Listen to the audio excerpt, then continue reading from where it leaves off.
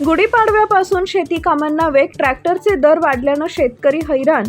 गुढीपाडव्यानिमित्त ग्रामीण भागात शेती कामांना वेग आला असताना ट्रॅक्टर मशागतीचे दर वाढल्यानं शेतकऱ्यांचे आर्थिक गणित बिघडले।